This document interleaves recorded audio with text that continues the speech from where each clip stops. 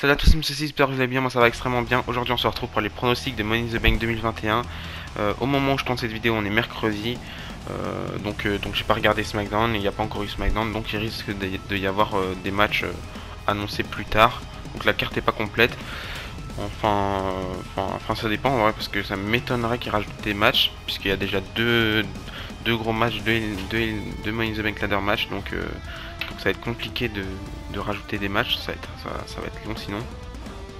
Donc voilà, à part il y a un match qui a dû être annulé à cause d'une blessure, donc on verra bien ça à SmackDown qui sera remplacé, mais sinon je pense que la carte va être complète.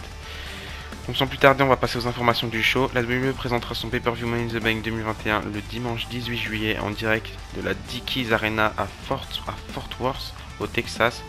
Il s'agira du premier pay-per-view avec le retour des fans sans interruption à la WWE. L'événement commencera à 2h heure de Paris, en Europe en général, ou 20h heure de Montréal aux États-Unis en général, et sera diffusé sur WWE Network. Ça va faire bizarre de revoir du public. Enfin déjà, le public sera déjà de retour à SmackDown cette semaine, donc dans 2 jours. Ça va faire bizarre de revoir du public, mais ça me fait plaisir parce qu'il y en a marre.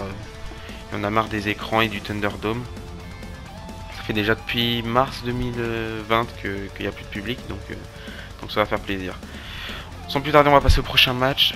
Il y a combien de matchs déjà? Il y en a 1, 2, 3, 4, 5, 6, 7 matchs. Ok. Donc premier match c'était censé être un I Quit match pour le titre de SmackDown de Bianca Belair, mais Bayley s'est blessée et elle sera hors d'action pendant 9 mois. Du coup elle sera remplacée par quelqu'un, je pense que ce sera entre Liv Morgan et Carmella.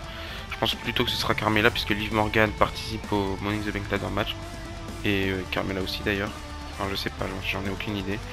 Donc voilà, je pense que Bianca Belair va conserver et que de base si elle l'avait mis, si elle l'avait mis contre Bayley, bah, c'était pour qu'elle conserve puisque c'est déjà le troisième rematch. Ça fait un petit peu chier pour Bayley. J'espère qu'on va la revoir très rapidement. 9 mois ça paraît long, mais bon, ces derniers temps ça passe vite. Donc voilà, je pense que ça va être une victoire de Bianca Belair. Choix du cœur Bianca Belair et choix de la raison Bianca Belair dans tous les cas, parce que ça fait pas très longtemps qu'elle est championne, même si ça commence déjà à faire longtemps, depuis début avril. Donc voilà, victoire de Bianca Belair. Prochain match, ce sera un match par équipe pour les titres par équipe de Raw. Ce sera AJ Styles et Omos, les champions par équipe, qui vont défendre leur titre face à Eric et Ivar, les Viking Riders. Moi, j'ai rien suivi du tout, comme je regarde plus trop Raw et SmackDown ces derniers temps. J'ai pas suivi la rivalité et je pense que c'est pas autant poussé que ça. Je sais juste que Viking Riders ils ont été push dès leur retour. Donc c'est le seul truc que je sais. J'ai vu un petit peu une petite partie du match entre Eric et Omos à Raw avant-hier du coup. Ouais, je trouve ça pas incroyable. Je préférerais que Viking Riders gagne et remporte les titres par équipe pour faire un bon run bien long que AJ Styles et Omos.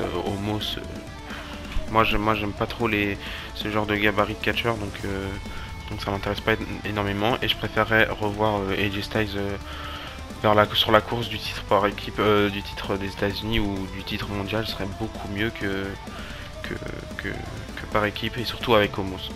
Mais bref, ça aurait été avec Finn Balor. Si ça avait été avec Finn Balor, ça aurait été mieux par exemple. Donc victoire Viking Riders pour moi. Prochain match, ce sera encore un rematch pour le titre par équipe, pas le titre par équipe du coup, pour le titre féminin de Raw.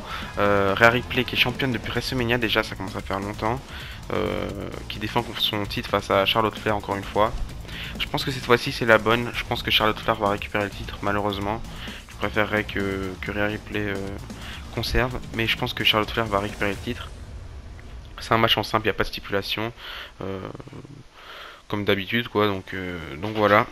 Je me demande qu'est-ce qu'il y a vraiment d'intéressant à regarder encore un match comme ça. Je pense qu'on a déjà fait le tour de cette rivalité qui est pas très poussée non plus. Leur match à WrestleMania 36 quand Rhea Ripley était championne de NXT, c'était déjà incroyable. Donc là, avec tous les rematchs qu'il y a eu derrière, il y a plus grand chose à raconter. Donc je vois pas qu'est-ce qui peut se passer d'autre à part Rhea Ripley conserve et passer à autre chose, ou Charlotte Flair gagne et après ça repart sur des rematchs, mais ce serait ennuyant. Donc pour moi, pronostic, j'aimerais bien Rhea Ripley, mais choix de la raison. Je pense que Charlotte Flair va récupérer le titre qu'elle a perdu il y a longtemps. Prochain match, et là on reste du côté de Raw, ce sera pour le titre de la WWE. Bobby Lashley qui est champion depuis longtemps déjà, qui avait battu le Miz, si vous vous rappelez bien, à Raw quelques semaines avant WrestleMania, ou même quelques semaines avant Fastlane surtout. Donc voilà, il défendra son titre face à Kofi Kingston qui revient sur la course, qui revient dans la course au titre mondial. Ça fait plaisir de revoir Kofi Kingston au-dessus.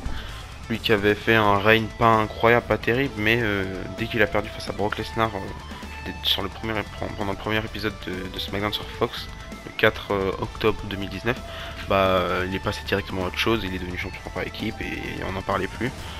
Donc voilà, ça me fait plaisir de revoir Kofi Kingston. Malheureusement, je pense pas qu'il va gagner le titre. Je pense pas qu'il va le récupérer.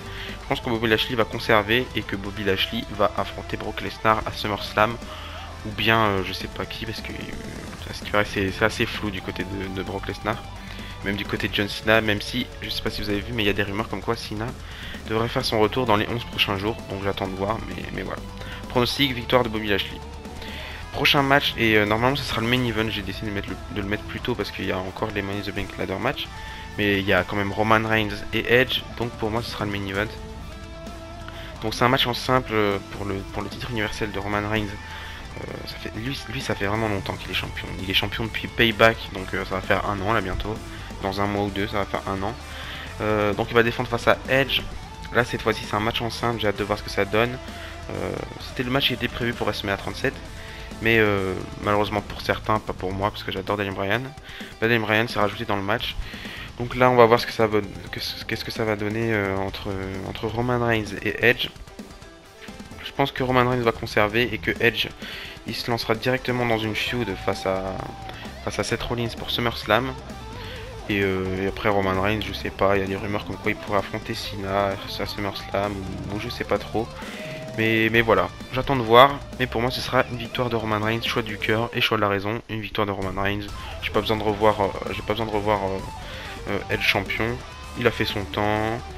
C'est juste plaisant de le revoir, mais voilà, il a fait son temps. Roman Reigns c'est la jeunesse, même s'il est plus trop jeune, mais voilà. Prochain match, avant-dernier match, et c'est déjà le premier Money in the Bank ladder match, ce sera le féminin. Participante, il y a Zelina Vega de SmackDown, Asuka de Raw, Naomi de Raw, Alexa Bliss de Raw, Nikki Cross de Raw, Liv Morgan de SmackDown et Natalya de SmackDown. Et il reste un membre à déterminer, je pense que ce sera soit entre Carmella ou il n'y a plus personne, donc je sais pas, on verra bien. Mandy Rose qui est pas là, puisqu'elle est retournée à NXT cette semaine et j'ai pas compris pourquoi, bizarre un peu. Moi, dans les participantes, les personnes que j'ai pas trop envie de voir gagner, ce serait Alexa Bliss, puisqu'elle a déjà gagné, et surtout avec son personnage actuel, j'ai pas envie de la voir gagner. Ce serait Nikki Cross, parce que son nouveau personnage de super-héros bizarre, j'aime pas trop. Si c'était son ancien personnage en mode Sanity, là j'aurais adoré. Natalya, pourquoi pas, en vrai, même si elle a fait son temps et qu'elle a déjà été championne plusieurs fois. Natalya, ça me déplairait pas trop. Asuka, elle a déjà été, donc ça me déplairait un petit peu et j'ai pas tout de suite envie de la revoir vers la course au titre. Naomi, ça me déplairait pas trop, mais les deux seuls que j'ai envie de voir gagner, ce serait Zelina Vega et Liv Morgan, surtout Liv Morgan parce qu'elle le mérite. Je pense que c'est de son moment, je pense qu'elle va gagner, et devant du public, je pense que ça pourrait faire un bon moment pour elle, pour sa carrière. Et voilà, donc pronostic Liv Morgan, j'espère, choix du cœur Liv Morgan, choix de la raison, Liv Morgan. Et dernier match, ce sera le dernier Money in the Bank ladder match. Là, c'est vraiment intéressant puisque presque tous les participants, ça me dérangerait pas du tout de les voir gagner. Donc on a qui comme participants? Nous avons Kevin Owens de SmackDown, Drew McIntyre de Raw, Matt Riddle de Raw, Ricochet de Raw, John Morrison de Raw, Big E de SmackDown, Shinsuke Nakamura de SmackDown et Seth Rollins de SmackDown.